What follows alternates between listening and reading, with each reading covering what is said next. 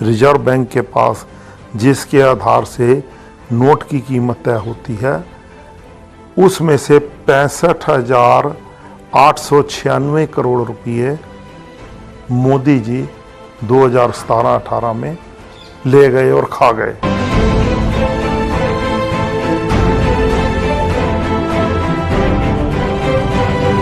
सारा काला धन मैं रातों रात बैंक में वापस ले आऊंगा। बड़ी नाटकीय आधार पर नोटबंदी की गई थी।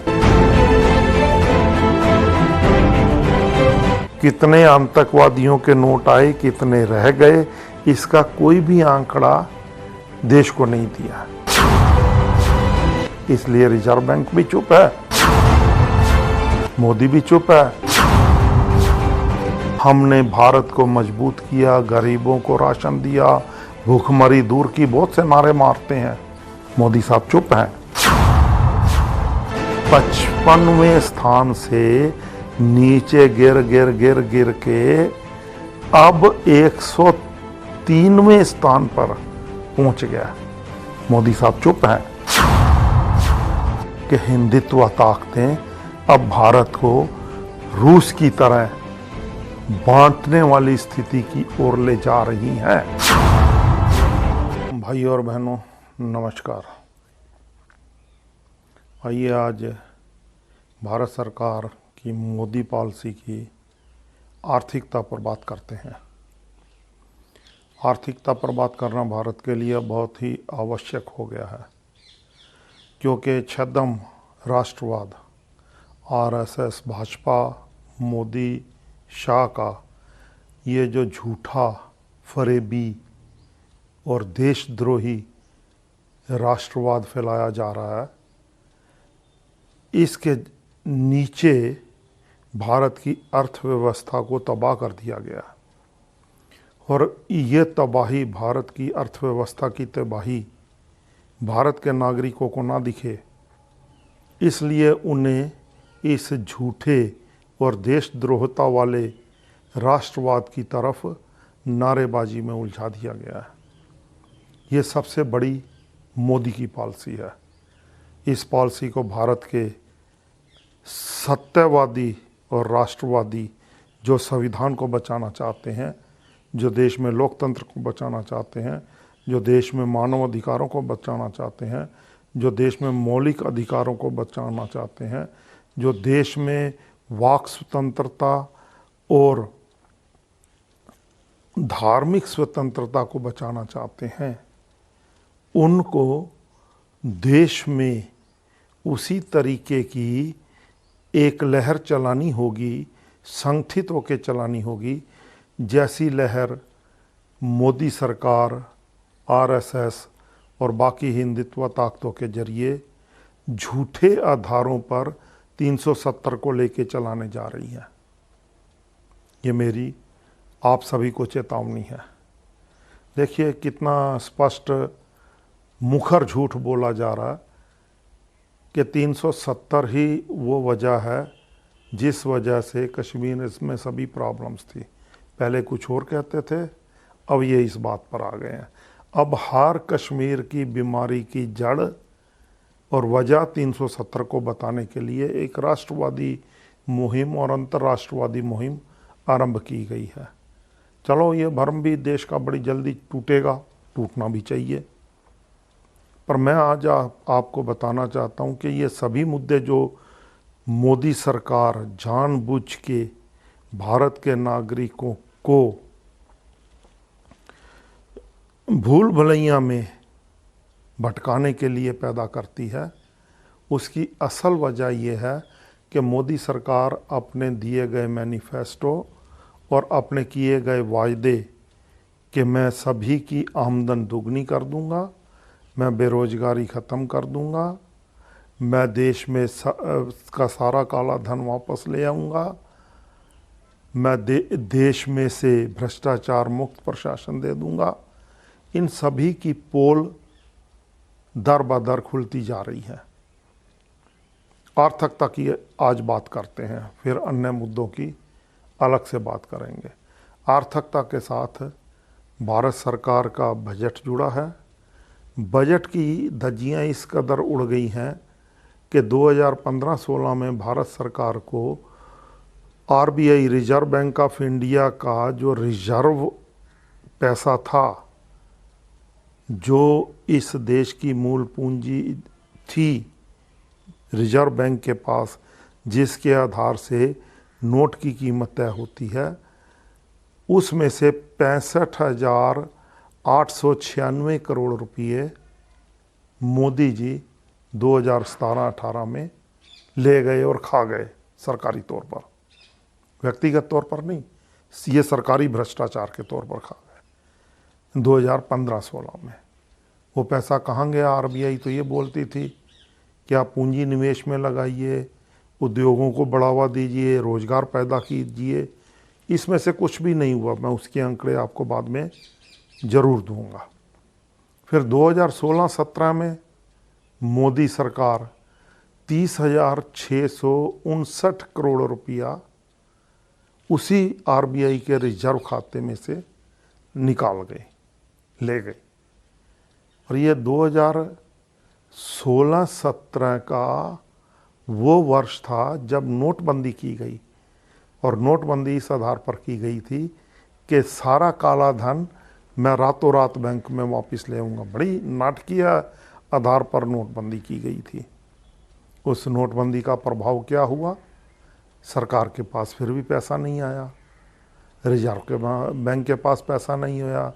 आज तक रिजर्व बैंक ने असल डेटा कि कितना धन आया, कितना रह गया, कितने जाली नोट आए, कितने रह गए, कितने आतंकवादियों के नोट आए, कितने रह गए, इसका कोई भी आंकड़ा देश को नहीं दिया। और देश को ये भी नहीं बताया कि कितना काला धन रह गया बाकी, क्योंकि पैसा तो सारा का सारा जमा हो गया। ना आतंकवादियों से कुछ मिला, ना काला बाजारियों से कुछ मिला, ना काला धन व्यापारियों से कुछ मिला। वो तो सारा का सारा वाइट हो गया। इसलिए रिजर्व बैंक भी चुप है, मोदी भी चुप है, और मोदी के जो चले गए फाइनेंस मिनिस्टर वो भी चुपचाप ही चले गए। चलो, ये नोटबंदी का प्रभाव रहा। फिर 17-18 में जबकि नोटबंदी के साल के बाद, क्योंकि सारा पैसा तो भारत सरकार को मिल गया, खुद बोलते हैं मोदी जी कि हमारी नोटबंदी सफल रही। भाजपा कहती है, आरएसएस कहती है, उसके सभी व्यापारी घराने कहते हैं, गांव लेवल तक के आरएसएस के छोटे परचून व्यापारी तक कहते हैं कि नोटबंदी सफल रही। भाई बड़ी अच्छी बात है। अब आंकड़े क्या बोलते हैं? अगर नोटबंदी सफल रही तो 2017-18 में 50,000 करोड़ रुपया फिर भारत सरकार को आरबीआई के रिजर्व अकाउंट में से निकलवाना पड़ा। ये तो आरबीआई का भारत सरकार ने राजनीतिकरण ही नहीं किया, बल्कि एक संविधानक संस्था का संपूर्ण तौर पर असंवैधानिक ढांचे में बदल दिया है। आरबीआई तो ऐसा हो गया जैसे मोदी जी का पर्सनल शाहूकार हो, जब उन्हें ज़रूरत है तब हुंडी बना के दे दे और उसकी वापसी की भी कोई उम्मीद ना रखे। ये आरबीआई की पोजीशन, संवैधानिक संस्था की पोजीशन कर दी गई है। इसका अर्थव्यवस्था पर कितना बुरा प्रभाव पड़ेगा ये तो आने वाले समय बताएगा। फिर आइए अब वर्तमान में बात करते हैं। अभी कल की बात है, 27 अगस्त 2019 की। 2.25 लाख करोड़ रुपया फिर मोदी साहब को ज़रूरत पड़ गई। हालांकि बजट अभी आया। मैडम वित्त मंत्री जी बड़े बड़े दावे करके पार्लियामेंट में गई और उनका बजट 1 महीने बाद ही फ्लॉप हो गया और उन्हें खाली कटोरा लेके आरबीआई के पैरों में जाके खड़ा होना पड़ गया। अब वो जो मर्जी कही जाए, छुपाने के लिए बहुत कुछ कहा जाता है, बहुत कुछ किया जाता है इस देश में। और सत्य को और सरकारी विफलता को, प्रशासनिक विफलता को, राजनीतिक विफलता को छुपाने के लिए इस देश में कभी पुलवामा वाले कांड करवाए जाते हैं, कभी 370 वाले कांड करवाए जाते हैं, तो कभी हो सकता है अगर ज़्यादा मुसीबत पड़ जाए तो युद्ध भी करवा लिया जाए। अब कुल मिलाकर 2015-16 से लेकर अगस्त 2019 तक भारत सरकार 3,22,555 करोड़ रुपया आरबीआई से रिजर्व फंड जो उसका था, जो लोकतंत्र में लोक शक्ति का धन था और लोक शक्ति उसी धन के आधार पर ही अपना जन धन पैदा करती है, उसको निकाल चुका है, खोखला कर चुका है आरबीआई को। अब दूसरा सत्ता देखिए, ये कहते हैं कि हम सबकी आमदन डबल कर देंगे। ये पैसा कहाँ इस्तेमाल हुआ, कैसे इस्तेमाल हुआ, क्यों इस्तेमाल हुआ?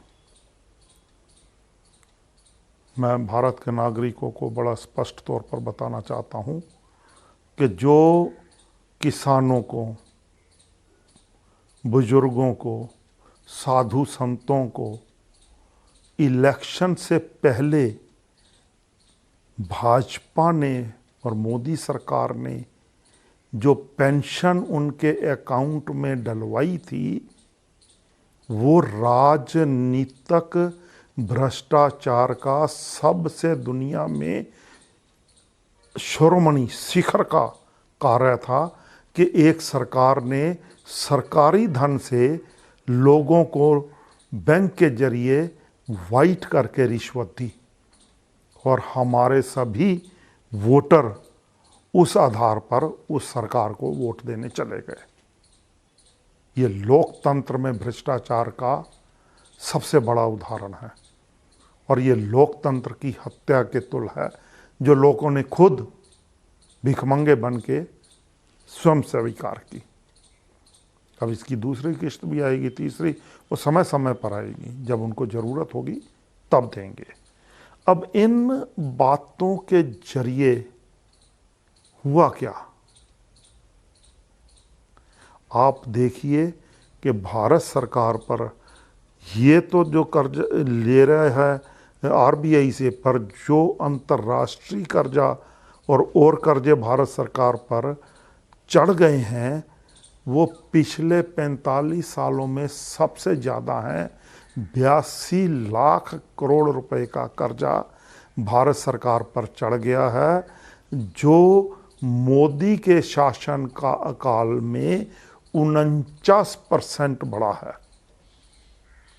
फिर भी हम कहते हैं कि मोदी की अर्थव्यवस्था, मरहूम जेटली जी की, अब सीतारमण जी की अर्थव्यवस्था बहुत बढ़िया है, क्योंकि ये आपकी मानसिक, दरअसल इंसान की शारीरिक गुलामी इतनी बुरी नहीं है जितनी बुरी, भयानक, प्रताड़ित करने वाली मानसिक गुलामी है।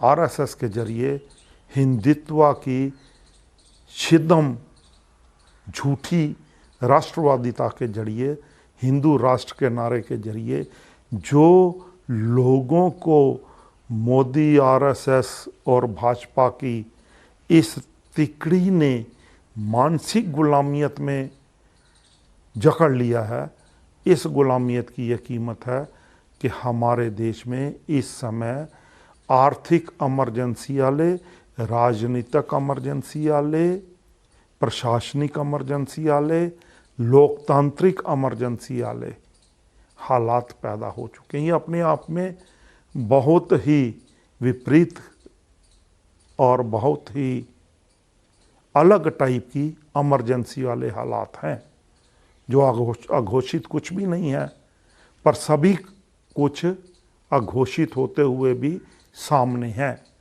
चाहे वो मीडिया हो, गोदी मीडिया बन चुका है, मोदी मीडिया बन चुका है, चाहे वो एक्सपर्ट हों, आर्थिक तौर पर सभी चुप हैं और सभी सह रहे हैं। कैसे सह रहे हैं देखिए, मैं आपको पहला उदाहरण निशान का देता हूं। निशान मोटर्स ने अपने 1700 कर्मचारियों पर तलवार लटका दी है, कारखाने बंद हो गए हैं। मैं आपको ये बताना चाहता हूँ कि 200 से ज़्यादा ऑटोमोबाइल यूनिट बंद किए जा चुके हैं।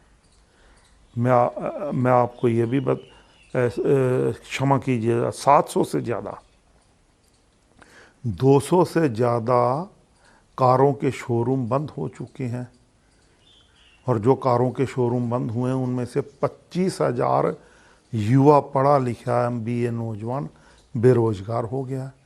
सिर्फ टाटा मोटर्स को जिसने अनाउंस किया, बाकियों ने तो अभी अनाउंस नहीं किया, 3,679 करोड़ रुपए का घाटा हो गया पहली तिमाही में ही।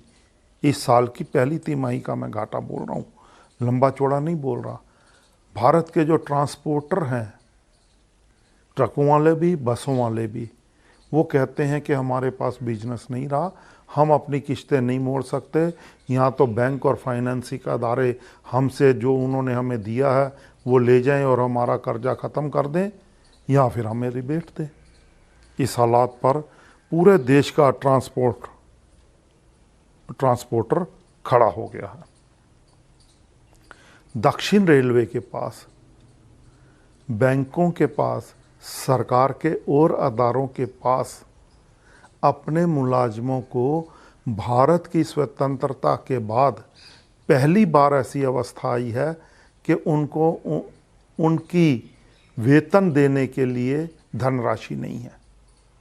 रेलवे में, हेल्थ में और बाकी प्रशासनिक और शासनिक संस्थाओं में ऐसी व्यवस्था खड़ी हो चुकी है। ये सभी आपके सामने है, पर फिर भी ये तिकड़ी RSS भाजपा मोदी शाह ये बोलती है कि हम आपकी आमदन दुगनी कर देंगे। आंकड़ों में वो कर भी देंगे, सब कुछ दिखा देंगे, और जब वोट लेनी होगी फिर झूठे राष्ट्रवाद को उभार देंगे और हम आप सभी उस राष्ट्रवाद की अंधता में उन्हें वोट देने चल पड़ेंगे। तो भाई फिर तो भुगतोगे ही, भुगत रहे हो, आगे भी भुगतोगे। इसके अलावा देखिए आप, पिछले 45 सालों में वर्तमान 2018-19 में बेरोजगारी की दर भारत में सबसे ज़्यादा है। अगर पहले युवा बेरोजगार 8.8 पढ़े लिखे शहरी युवा लोग बेरोजगार थे, तो वर्तमान में 18.7% युवा बेरोजगार है। मतलब दुगने से भी ज़्यादा बेरोजगारता बढ़ गई है। ये पुरुष बेरोजगारी की मैं बात कर रहा हूँ, नारी शक्ति की बेरोजगारी इससे कई गुना ज़्यादा है। देहाती शक्ति की बेरोजगारी भी इससे बहुत ज़्यादा है। ये पिछले 45 सालों में सबसे शिखरली बेरोजगारी की दर है। फिर इतना ही नहीं, ये कहते हैं कि हमने भारत को मजबूत किया, गरीबों को राशन दिया, भूखमरी दूर की, बहुत से नारे मारते हैं। दुनिया की ग्लोबल हंगर इंडेक्स सोसाइटी ने जो आंकड़े पेश किए हैं उसमें भारत 2014 में भूखमरी और भूखे रहने वाले लोगों के हिसाब से 55वें स्थान पर था 2014 में। आज 2018-19 में जो उन्होंने आंकड़े दिए हैं, और उन आंकड़ों को विश्व में समेत भारत और मोदी के किसी ने भी चैलेंज नहीं किया और ये नहीं बोला कि वो आंकड़े गलत हैं। मोदी साहब चुप हैं, हवाई यात्राएं कर रहे हैं, खरबों रुपया लुटा रहे हैं, पर चुप हैं, उन आंकड़ों पर बोले नहीं हैं। वो आंकड़े ये बताते हैं कि भारत 55वें स्थान से नीचे गिर के अब 103वें स्थान पर पहुंच गया। और आप हालात देखिए, जिन पड़ोसियों को हम बुरा भला कहते नहीं थकते, आंखें दिखाते नहीं थकते, हिंदुत्व के नारे मार मार कर अपना राष्ट्रवाद उनके ऊपर दृढ़ता से और गुंडई हिसाब से थोपते हैं, उनमें भी श्रीलंका भूखमरी से के हिसाब से भारत से अच्छी पोजीशन पर है, ऊपरली पोजीशन पर है। नेपाल ऊपरली पोजीशन पर है, बांग्लादेश भी ऊपरली पोजीशन पर है, म्यांमार भी ऊपरली पोजीशन पर है। भारत सबसे निचली पोजीशन पर पहुंच गया। ये हमारी आर्थिकता की हालत इस समय बन चुकी है। मैं आपसे और सभी लोगों से निवेदन करता हूं कि भारत के लोगों जागरूक हो, इस अपनी आर्थिक तबाही को बचाने के लिए अब मुखर हो जाओ, बोलना शुरू करो।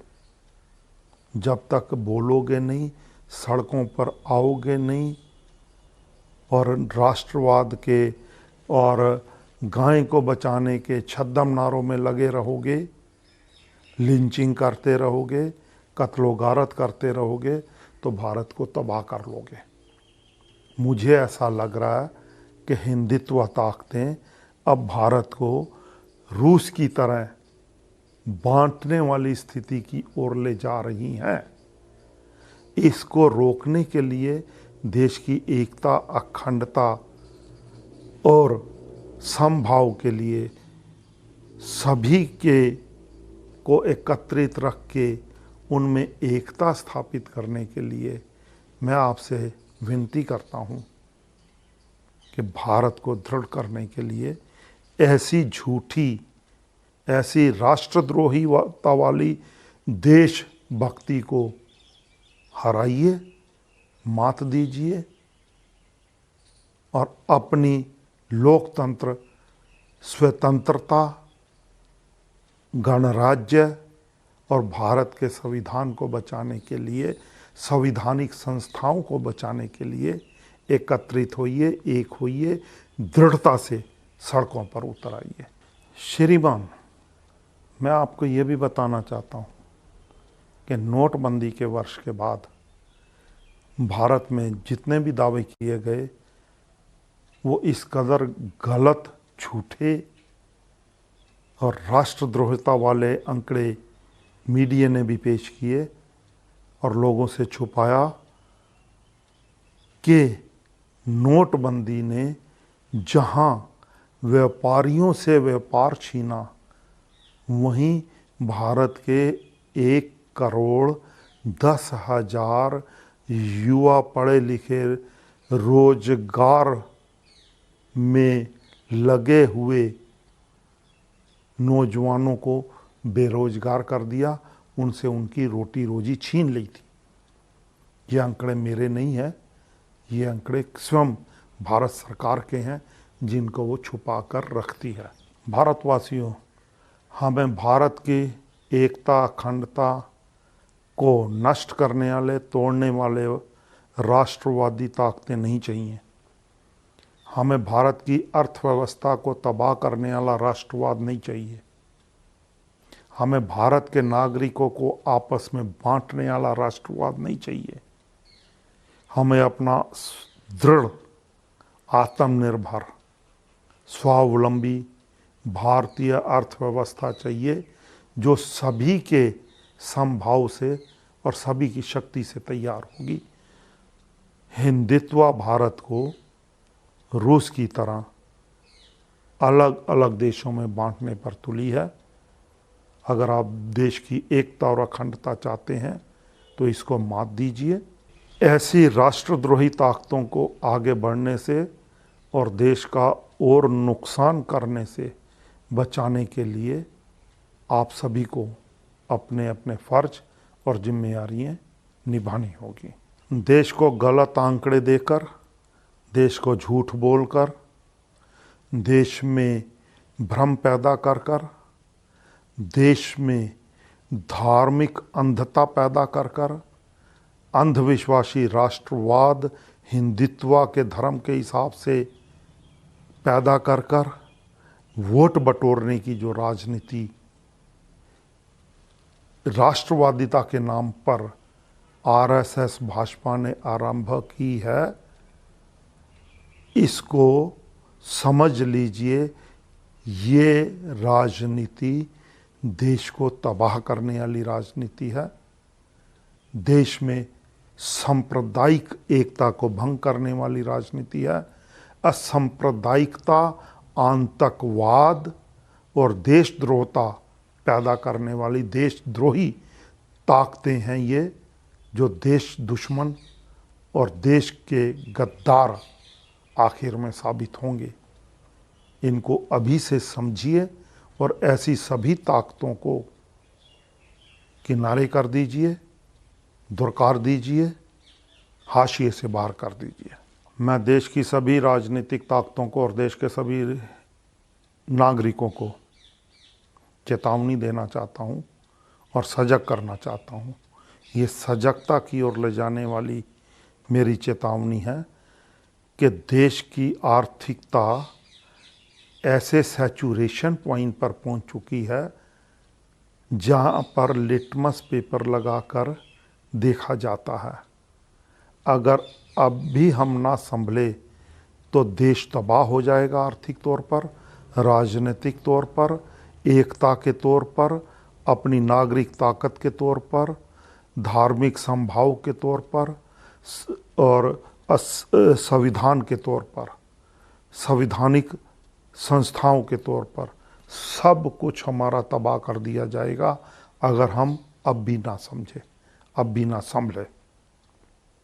तो मेरी आपसे विनती है कि ऐसी ताकतों को देश के राजनीतिक हाशिए से, शासन और प्रशासन के हाशिए से बाहर करना लाजमी हो गया है।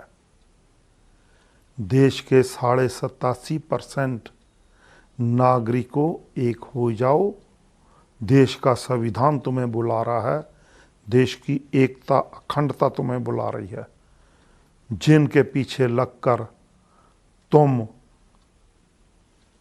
भोंडी, झूठी हिंदुत्व, राष्ट्रवादिता का नारा मार रहे हो, उस ताकतों ने देश को तबाही की ओर ले जाने में कोई कसर नहीं छोड़ी है। इसलिए मैं देश के 87.5% नागरिकों को विनती करता हूं कि वो अपनी जिम्मेदारी समझें और निभाएं। मैं इतनी विनती के साथ आपसे क्षमा प्रार्थना हूं। धन्यवाद। वाहिगुरु जी का खालसा, वाहिगुरु जी की फतेह।